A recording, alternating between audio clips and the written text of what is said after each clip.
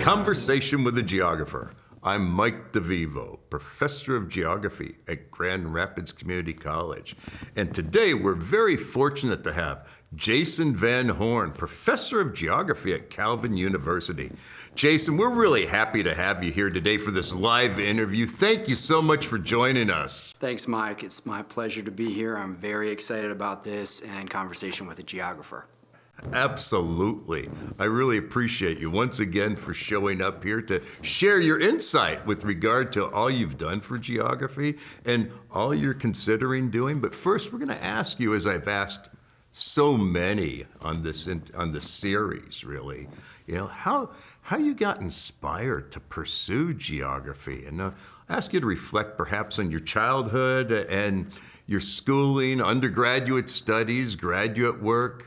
Would you care to offer a few words? Sure. I guess my story of geography really starts when I was a kid in the back seat of my parents' car. And it revolves around maps. My dad handed me a road atlas, and I became the navigator for our family trips. And as I would pore over that atlas, I became fascinated with places and their names and the symbologies. And soon I began to create games, as kids do, around that atlas, and would ask my parents questions about where we were going and what they knew and all of those things. When I was in 7th grade, my teachers did an amazing project where we combined geography, history, and writing together. We had to basically write about a fictitious place and its physical and human geographies. And in that exercise, they had us make a map. So you can imagine I was very excited about that, and I made my first map. I hand drew it, and I still have it today, a map of Empire Island and its geography and its peoples. And in that same year, we also had to do an occupational report. We had to go into the library, the middle school library, and they gave us a binder just about that thick of just jobs. And we had to basically write about a job that we were interested in the future.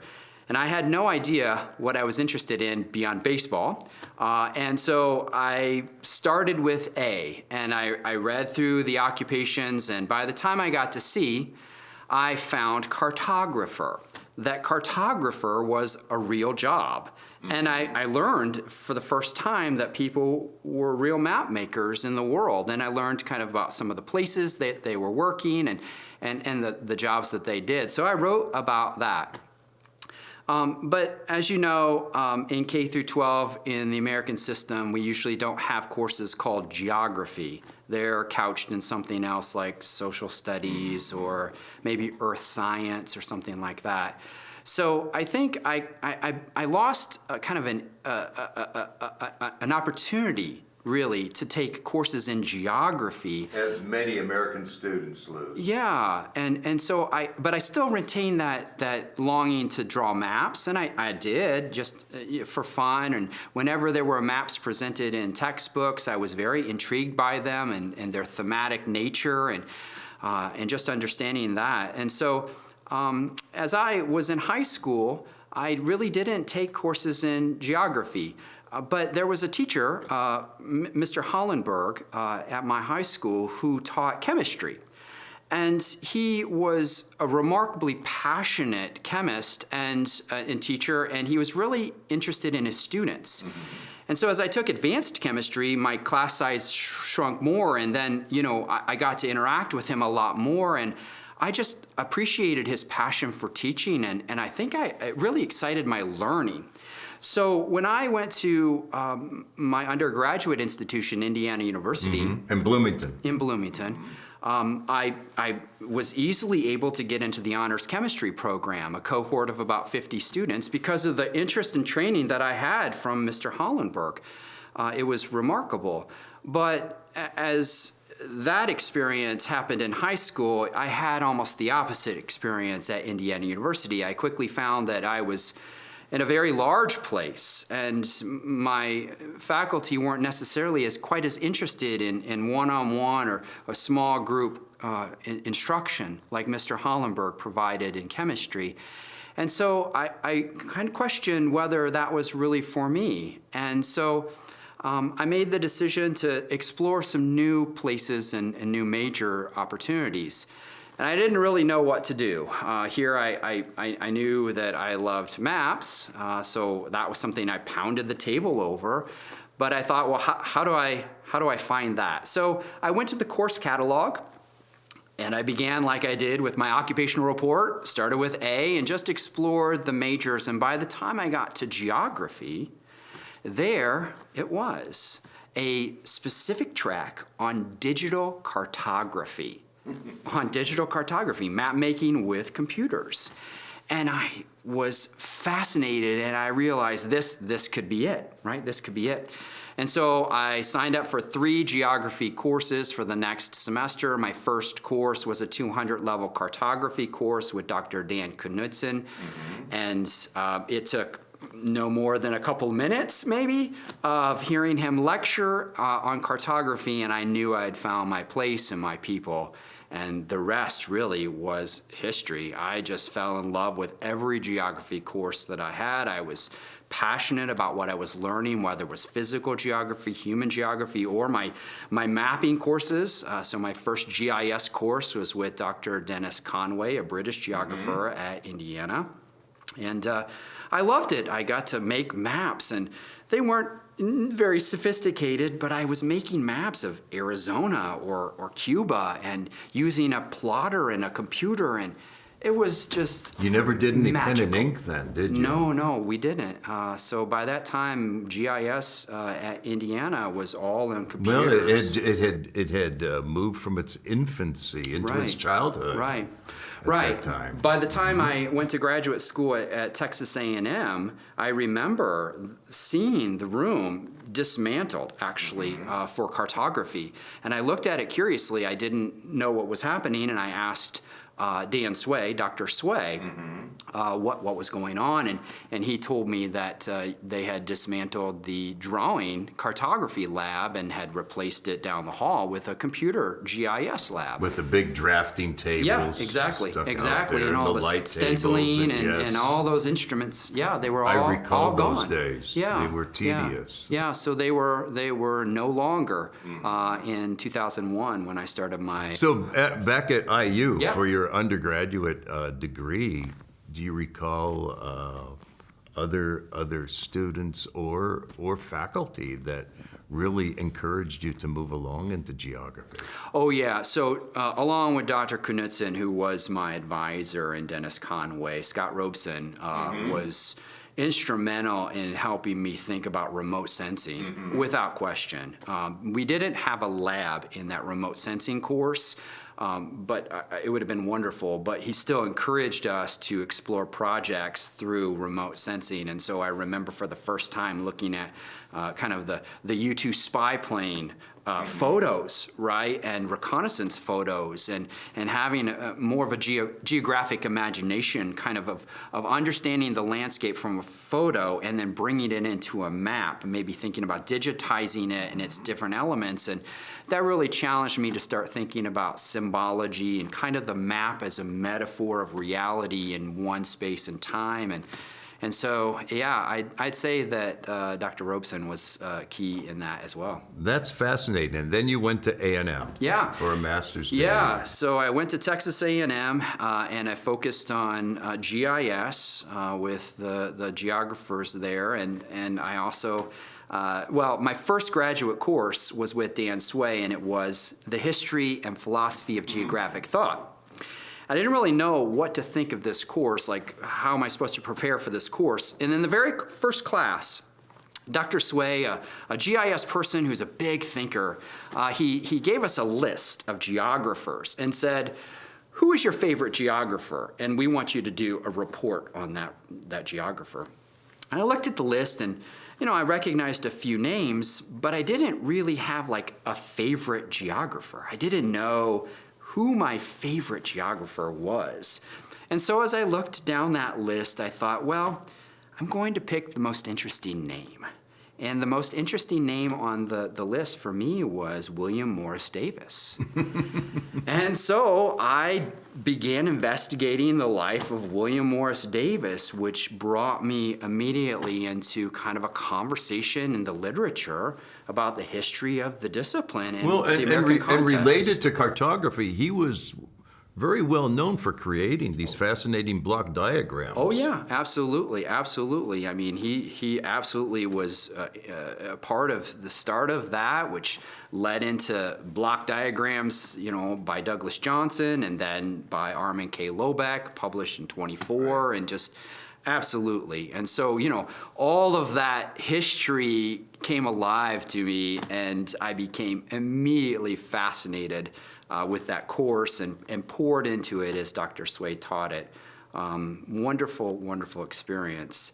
I did GIS work there with Hong-Sing Liu and Andrew Klein and Dr. Sway, of course, and the Bednarses were there, Bob and Sarah. It was a wonderful experience. Doug Sherman was the chair at the time. He's very large in the AGS, American Geographical Society, and he guided the department while I was there for the 2 years. And, I loved my time at Texas A&M. It set everything in motion for me to kind of solidify my interest in geography and definitely confirmed I was interested in the PhD.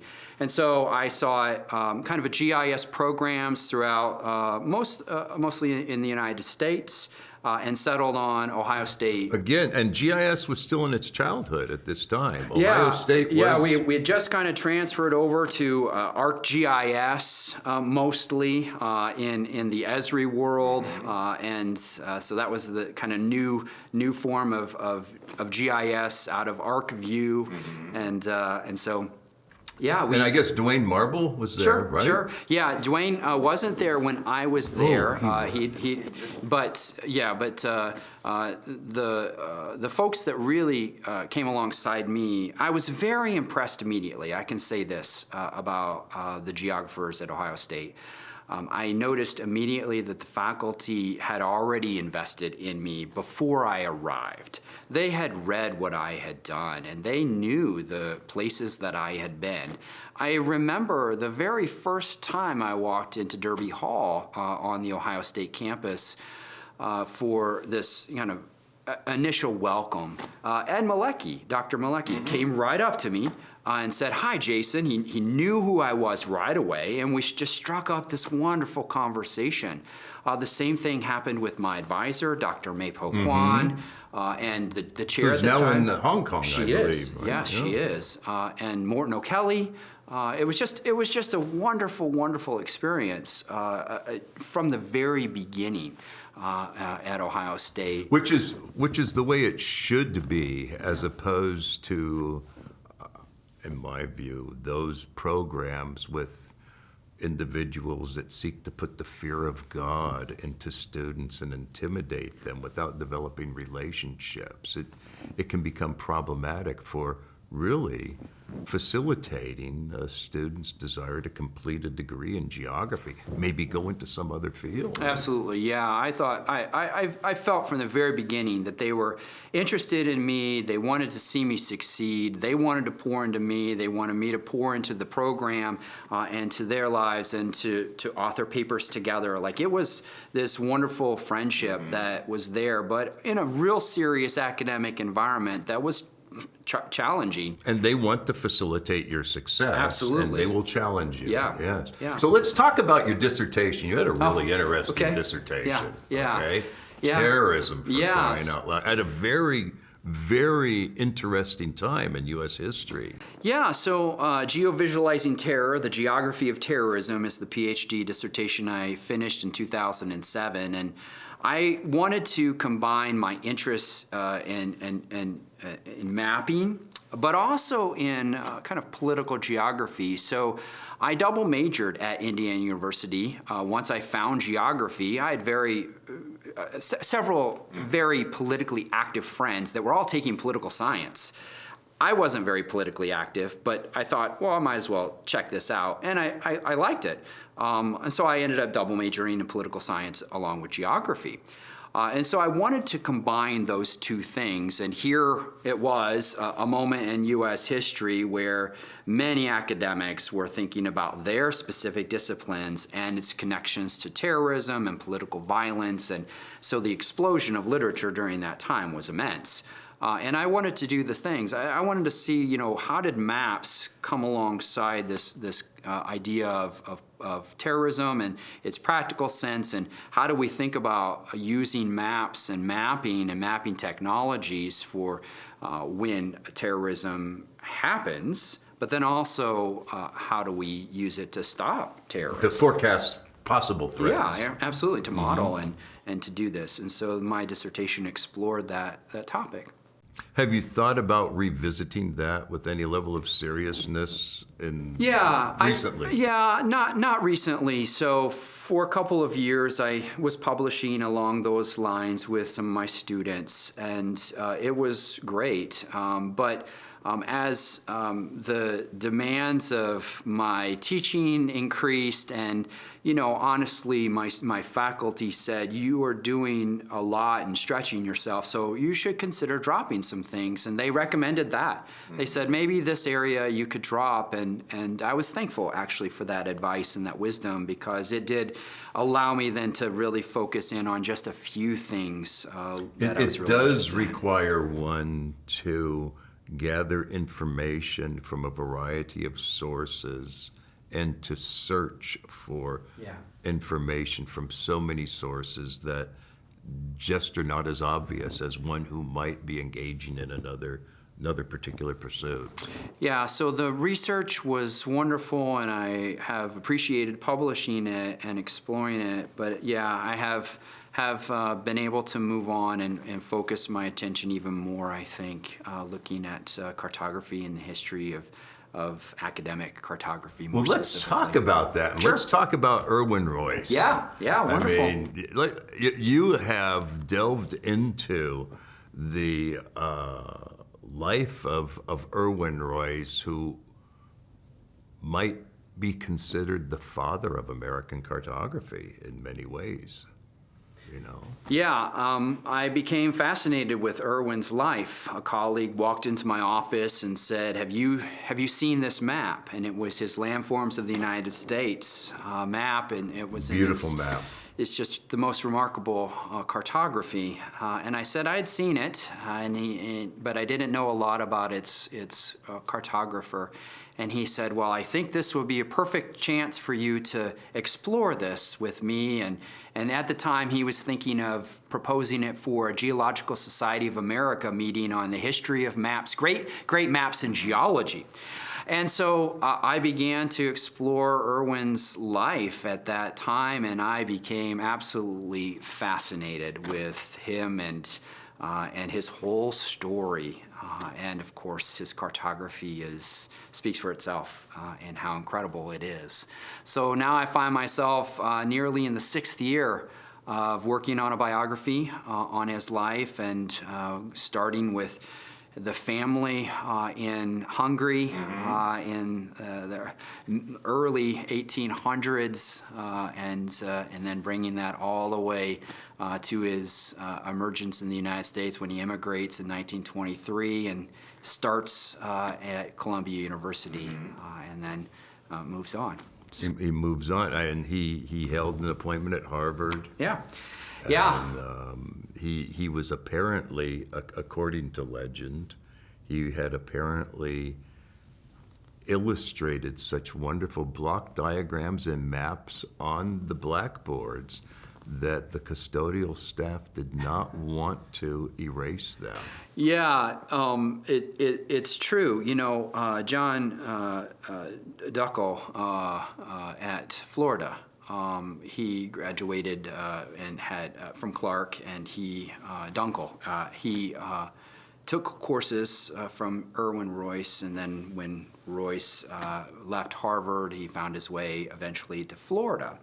John Dunkel wrote about how effective Royce was in the classroom at instructing by drawing these maps. That he was very quiet when he would instruct, and he had a very thick Hungarian accent. He was apparently not one could not understand him very well. I guess maybe even his kids couldn't understand him Yes, well. a very thick Hungarian accent in the classroom, but his instruction was slow and methodical, and the students was trained to listen to his quiet nature, but just brilliant.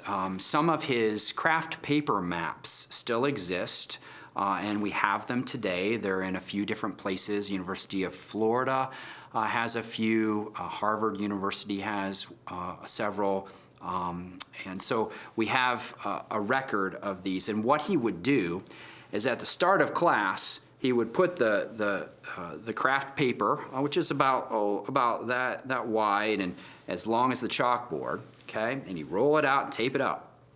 And then he would start on one side and go all the way to the other side, and he would draw with colored chalks the landscape, both the geography above and the geology below. He would do both of those as a cross-section of the landscape, and then he would talk about the geography and the map-making process and the shading techniques that he was employing and the human, the physical landscape.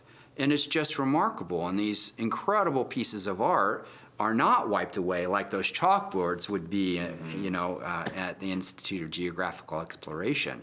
And so, yeah, we still have a record of these incredible pieces of What a cartography. brilliant mind. Yeah. I mean, thank you for doing that work. Yatcher contributed an article in Geographer's Biobibliographical Studies. Wonderful. Interviewing his family, did a number of things which was really a great contribution as well, commenting on how when Royce was mapping the landforms of Cuba, he'd look out a window and he would just of a plane. Well, he would do did. this. He did. I mean, as Dr. He tired out pilots. Yasser has said, it's like he had a photographic memory. I mean, if there was ever anybody that had one, he had this ability. And I've been wondering about that and thinking about how did that develop and what contributed to that. And that's why I had to go back to his childhood and look and see, well, who were these people influencing him in his education, and he did have some remarkable instructors in his kind of gymnasium experience of education, leading into his college university career that stressed this kind of combination of science and art and observation. And so this was something that he was being taught as a kid in the educational environment, and it was translated into exactly who he was when he found himself at the geology department at Columbia University in the 20s. He's ready to bring those observations and that field work mentality, because he was doing this, in his educational environment in Hungary. And so it's no surprise to see that Dr. Douglas Johnson, D.W. Johnson. Yeah, he simply recognized this, and in a correspondence to Bowman said, hey, this guy Royce is very much like on par with and even exceeding the work of Armin K. Lobeck. Right. Who also came through the program, was also Douglas Johnson's student, PhD student, and authored, a landform of the United States map in 1921. So kind of one of the earlier maps of landforms of the United States. And so to see Royce already, exceeding Lobeck at that time as a student, it just really set the table for his success and immediate recognition. It doesn't appear to me that Royce's landform map of the U.S. has really had a solid successor in terms of the detail that it has provided, and it was done by hand. Sure, yeah. I mean, now with satellites, we're in a different age, and our shading techniques that we employ in GIS are built on these kind of concepts that were done by hand, and Royce was the best at that by far. But comparing some papers have compared Royce's work with kind of satellite imagery and found that it was right. Right, his landforms map is right, and he would make small adjustments over the years, and and it started in 1939 was the first publication of that map, and it went through a few different iterations, and finally settled on about the 6th revision. But the changes that he made were very few. And he would either experience the landscape on his own and fly over it and then also be in it, but also he would use aerial photography and was one of the early adopters of that in combination with his map drawing and just really trying to understand the landscape and replicate it in a different scale on the map. Ed Hammond, created the landforms map of the U.S. for the National Atlas probably half a century ago, but he told me that he looked at Royce's map to check what he was doing frequently. Yeah. Because it was a very good guideline. Yeah, and I know that you have used it with your students as well. I have, yes. On excursions, Absolutely. and I have as well, right? Yeah, because it's a dependable. valuable map. It is. Yeah. It provides them with a really solid glimpse of what the landscape appears to be, and it is. It is. One of the things that I've explored in Erwin's life is this concept of being an influencer or a networker. And if you take a look at his field notebooks, which are at the Harvard Map Library, they're 50 years worth of field notebooks at this wonderful library. As you go through them, you realize very quickly that Erwin knew everyone. He would take down the names and the addresses and the phone numbers, and he would connect and correspond with people all around the globe. His work at the Institute of Geographical Exploration as kind of the map curator, he fell into that role, not only just instructor of cartography, but also curator, took him overseas to many places collecting maps, and Harvard expanded his map library significantly under Royce. Well, he would know these people, and he would dedicate himself to going to every professional society meeting that he could, and he was at all of them. And that was kind of his mode of operation, was that he would become known through these meetings, and he learned this very strongly at Columbia and became an expert at it and was just 100% dedicated to it. And so, he was networking in every way, both in academia, but also in the professional cartographer's world. Well, that's a very important parenthesis to this story about him, because he was able to bridge the gap between those in the ivory tower and those that were engaged in applied geographical research through map making. Without question. We know that the Association of American Geographers, as it was called, now it's the American Association of Geographers, the AAG, merged with the American Society for Professional Geographers, F.W. Webster's organization. McBride. Webster McBride. McBride's organization, yes. Yeah. And that occurred in 1948. Right. Well, Royce was involved in both of those, and it combined kind of the more academic-focused PhDs with the more or less non-PhD professional geographers, and many of them cartographers. And so when that merger happened, Royce was actually on an AAG committee as the chair of cartography. And so all of a sudden, he had a huge membership, right? The AAG had about 300 or so members at that time. The ASPG had around 1,000. Right. So it was right after the war, right. And so many geographers had been working to contribute to the war effort in Washington, D.C. That's right. One of the arguments with regard to them engaging in geographical scholarship that was not published was that much of their work was classified. As they were Absolutely. working with the OSS and other agencies. Yeah. And they were doing exactly. solid work. Exactly. So all of a sudden, Royce has, now both groups available to him, and he involved all the MAP people, in every way. And now he had kind of a large interest in moving academic cartography, specifically through geography, there. And that's exactly what happened.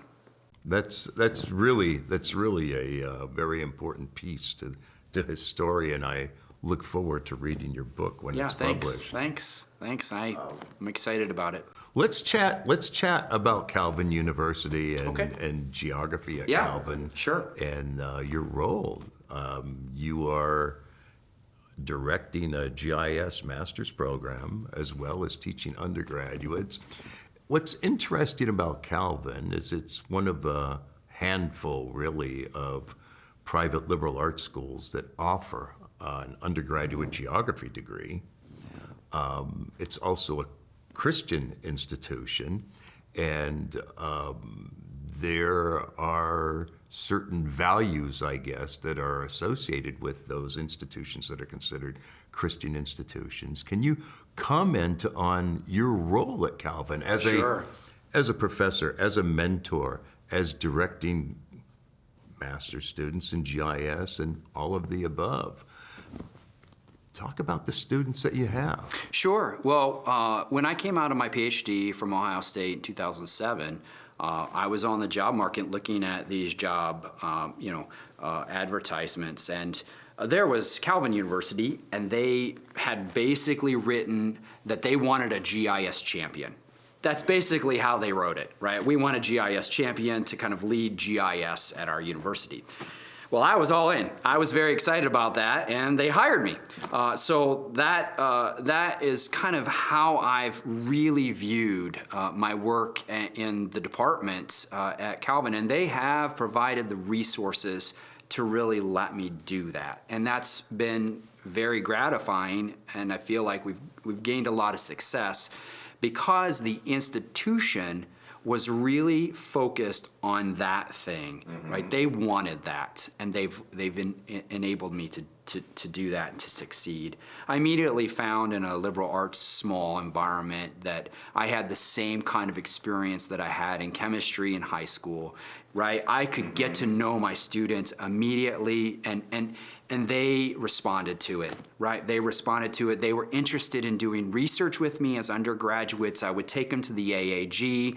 Our colleagues would listen to them and say, these are undergraduates, right? These are remarkable students, and I want them to come to my graduate program. It was immediate, right? And so there was a recruiting immediately happening with these students, and it was wonderful. And so as I continued to think about GIS, I had many colleagues coming to my office, knocking on my door. I would like to learn more about GIS, and certainly interest in me making maps for them. And that has been a huge part of my work, and I've really enjoyed kind of diving into the real practical cartography, not just journal articles or writing a biography or chapters, but real cartography, and doing that at my university, and they've appreciated that, and they've welcomed that. So I found that my colleagues were calling on me for those things, and then I could bring my students into those opportunities as well. And so I have, and now my students are getting published in both journal articles, but also in making maps with me, or just not even with me, but just as me supervising them. They're experiencing that. And then, the university was definitely interested in hearing, as we transitioned from college, Calvin College, to Calvin University, my proposal for a master's program in GIS. And so it was one of just a few that started immediately, and has been very successful for us, seeing our graduates graduate into great jobs, and in some cases dream jobs, in other cases just transition jobs to other new opportunities in GIS. But now we're starting our 4th year in the master's program, and I've been directing it and thankful to have the support that I need. And as I think about that a lot with my students, and just talking to them about being thankful for the resources that we have.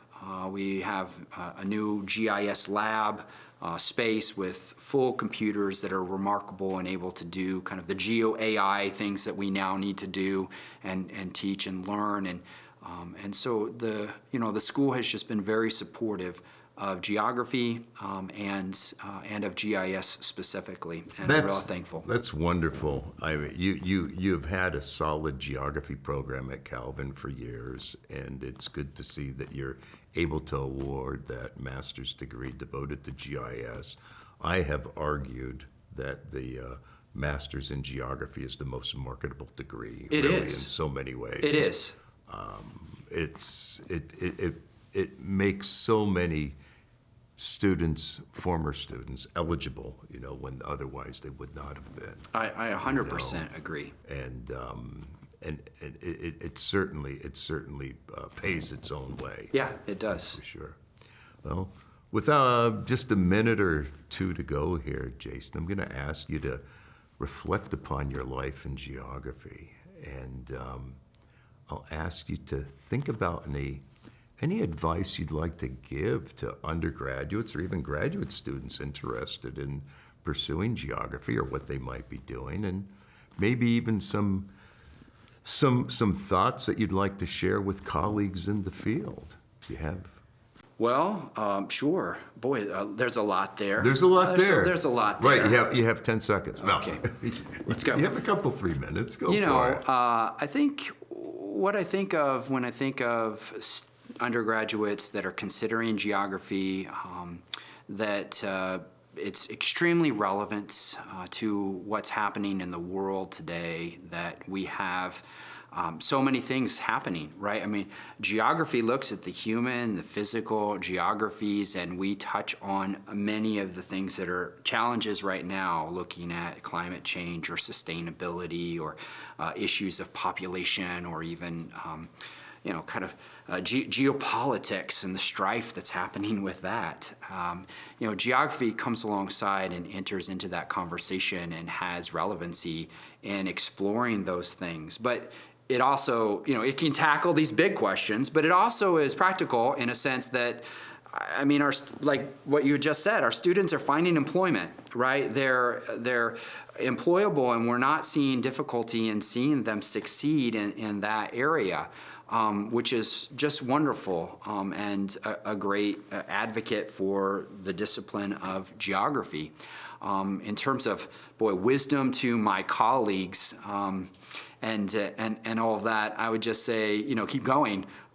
We need more geography. As you say, geography lives, and it's active, it's ongoing. I'm thinking about kind of GIS and its applications, and thinking about various aspects of kind of what is a GIS ethics mean, and in the classroom and beyond in professional life, and how do we make our cartography actually contribute to solutions and all of that. And so as geographers, letting it live, like you say, I think is poignant and right. So I would say continue on. And good geography. Keep doing it. Yeah, absolutely. Jason, thank you so much for joining us today. Really appreciate this time that you've spent. Thanks. I've really loved it too, Mike. Okay. And this concludes this episode of Conversation with a Geographer. Thank you.